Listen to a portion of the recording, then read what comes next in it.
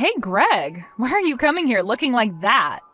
You know that today is the day of our class reunion, right? Huh? Who is this? This is Jan Witherton. Jan Witherton? Well, this isn't my parents' last name, so I'm sure you won't know who I am. Jan Smith. Oh, Jan Smith, huh? It's been a very long time. But I'm married now, so you can call me by my new last name, Witherton. So if you're talking to me right now after such a long time, that must mean you're here right now at the reunion as well, right? I am, you idiot. Then you shouldn't have to be texting me right now, right? You can come over to me and talk in person. The reason I'm texting you right now is because I don't want to come over to you. Huh? Are you going to tell me that that old heap of garbage truck you showed up in today is yours? That's right, but what does that have to do with anything? Are you serious? My God. I cannot believe you'd show up to your class reunion in a truck like that, still wearing your raggedy work clothes. So that's what all of this is about. Well, before the reunion started, I had a job come up that I needed to be at, so there was no time for me to get changed after my work was done. You didn't change your clothes because you're too poor to have proper clothing, right? What? If I remember correctly, your house is filled with all sorts of old and disgusting furniture because your parents could never afford to get anything new. Now that you're saying that again, it reminds me of how often you picked on me back in school because of my house. Well, come on. Did you see your place? You've been living in that same place ever since we all started elementary school, and I was certain that that house would cave in on itself at some point before we all graduated high school.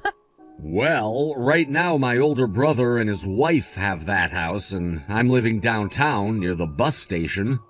Don't you remember back when we all finished elementary school, I moved into a new place with my family? We ended up getting a house downtown near the bus station where there was a shop on the first floor and then our house was on the second floor. Well, my parents opened that secondhand furniture store on the first floor when we moved in.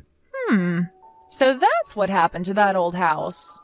Since my parents run the place on the first floor of the building, and since I have a job of my own, I have no desire to work for them. I see. So your parents must have seen just how much of a useless idiot you really are and made sure not to let you work in that store with them, right? That's not the reason for it at all. I'm just saying that I have wants of my own, and one of those is to work a different kind of job than that. So in other words, what you're saying is that you failed to do the job they asked you to do, and so now you're left doing some stupid work that you want to do. I totally get it now. Such a great feeling, right? So, no matter what I try and say about myself, you seem to only want to make it seem as though I'm a failure. And another thing, it's starting to smell like sweat in here now. It must be a pretty rough life having to work hard for such little income every day, right? I guess life for you is totally different from the life a CEO's wife like me gets to live. You're the wife of a CEO? So your husband runs a company somewhere and you're able to live easily as his wife? That's it. And that really expensive-looking car parked out front is the car that my husband bought for me. It must be crazy to see someone like me living their life on easy mode when you're stuck having to drive a run-down truck like that and work every day in those stinky clothes as a poor person. I can tell that you have no idea what being poor is really like, and that's fine. But I hold a lot of respect for the job I do, and I feel as though the life I have right now doesn't make me a poor person in any way. Really? Even though you just showed up to your class reunion in sweaty work clothes and a falling-apart pickup truck? I only came here today in my work clothes and that truck because I got a job last minute that I needed to go help with. So that has nothing to do with the man I've become. And after I'd finished that job, I didn't have time to head all the way back home to get changed, so that's why I came dressed in my work clothes and everything. And as for the truck and these clothes, they're all from my job. Oh, come on now. What kind of work are you helping with that requires you to have that crappy truck and such smelly clothes? Near the bus station downtown, there's that produce store that happens to be busy every day, right? Well, currently, a friend of mine who's a farmer isn't doing so well, so I went out to his farm to grab the produce he planned to sell today and drove it into town to be placed in that store before coming here. The store is on the way, so I had no problem doing that for him. You can tell me any kind of excuse you'd like. Jan? If all you plan to do is make poor comments about me due to your delusions all day, do you mind just shutting up? Huh? Delusions? I really want to put down my phone now so that I can get back to talking with my old friends, so this is where we'll be ending things. Who cares what you want, you moneyless loser? You're the most disgusting person I've ever come across. What was up with that?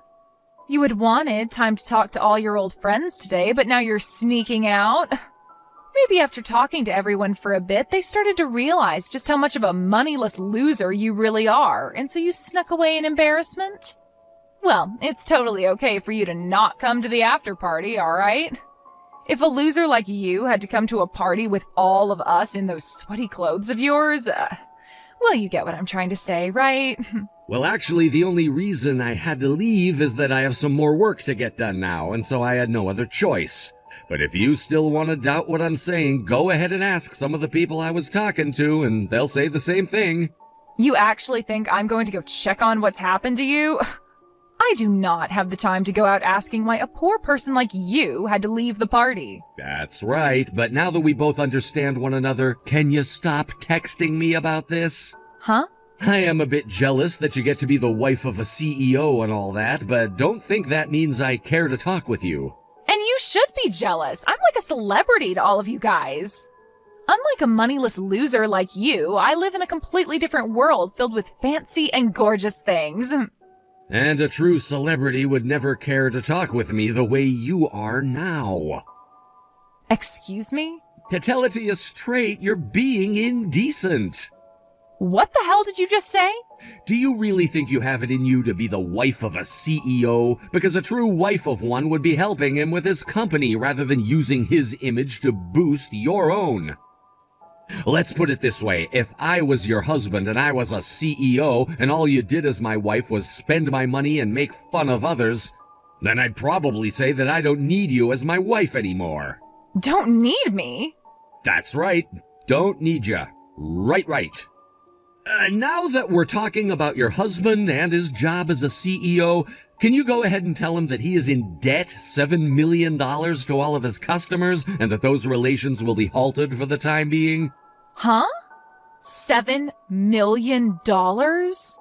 Of course, he'll be told by other companies as well here soon, but it would be nice of you as his wife to inform him of all this.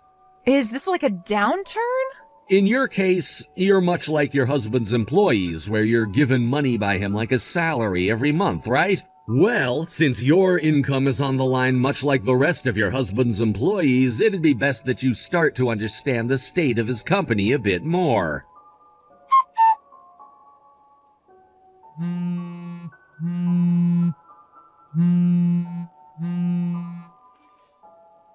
Greg! What the hell does this mean? How are you the #1 customer to my husband's company? So you finally talked with your husband about this? I sure the hell have. Just when I thought you were trying to play games with me by saying all of that about my husband, I went and asked him myself to see what was going on. So you thought that I was just messing around then? I just thought that you were trying to make up for losing to me and tried to lie about my husband's job. But when I went to my husband with all of this, he turned ghost white. He told me that a project he'd been working on worth $7 million had started to go downhill. And as for that project, he had come to my company asking for us to help take part in it to come out with a success. And at first I thought that the partnership would be good for us and that we'd just have to work with his company like any other project had been. But when I saw the information regarding the project from him, well, let's just say that what he had been wanting was unobtainable and that he was way in over his head. It was that bad then? Yes. He didn't even have any plans yet for the marketing side of the project, and that alone showed me that he had no faith in even getting this project to go anywhere. And so that's why I ended up saying no to his offer of us working together. But before I even had the chance to give him my answer, he already had his company working on the project and everything, thinking I'd join in. This should be common sense for anyone, but when someone already starts working on something without even getting notice of their partner's will to work alongside them or not, it's not a good sign for things to come.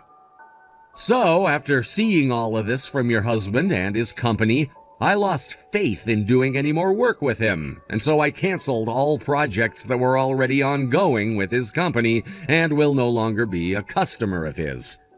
And I made sure to have that notice sent to his company the other day. What the hell? So this is what ended up happening?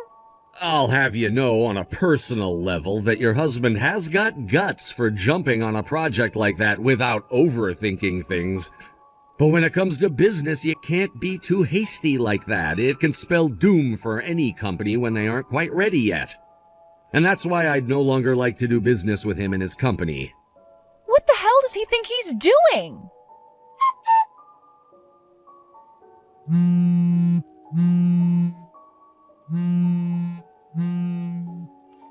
Hey, Greg.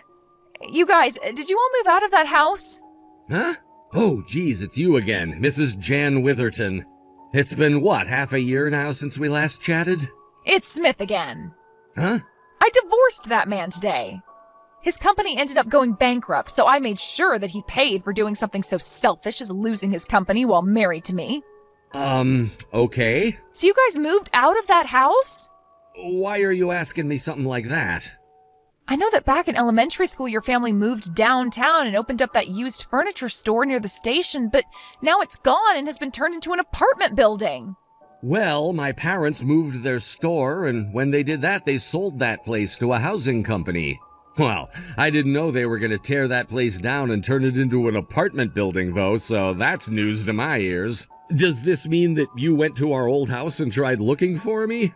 I sure did, and I thought that it would still be your house, and that's why I came all the way over here looking for you. If you were going to move out of there, you need to tell me that stuff. Why is it important for me to tell you when I'm moving, when you and I have little relation to one another? It's not even like you're close to my parents either. Well, I'm planning on getting married to you soon, so you know better than to leave me in the dark like this. Huh? It looks like a lonely loser like you is finally going to have your chance at getting a wife, right? And not only is this chance rare for you, but it's even more rare considering I'm like the diamond of women, and I'm willing to marry you now. So make sure to treat me right, okay? No, please tell me you're not being serious right now. Hey, about your current address. I'm already married to another woman right now. Huh? I've been married to one of my best friends for a while now, and we've already had 3 kids together. You're kidding. That's a freaking lie, right? If you're already married, then what's going to happen to me? I thought that even after divorcing someone like my ex, I'd still have you to fall back on.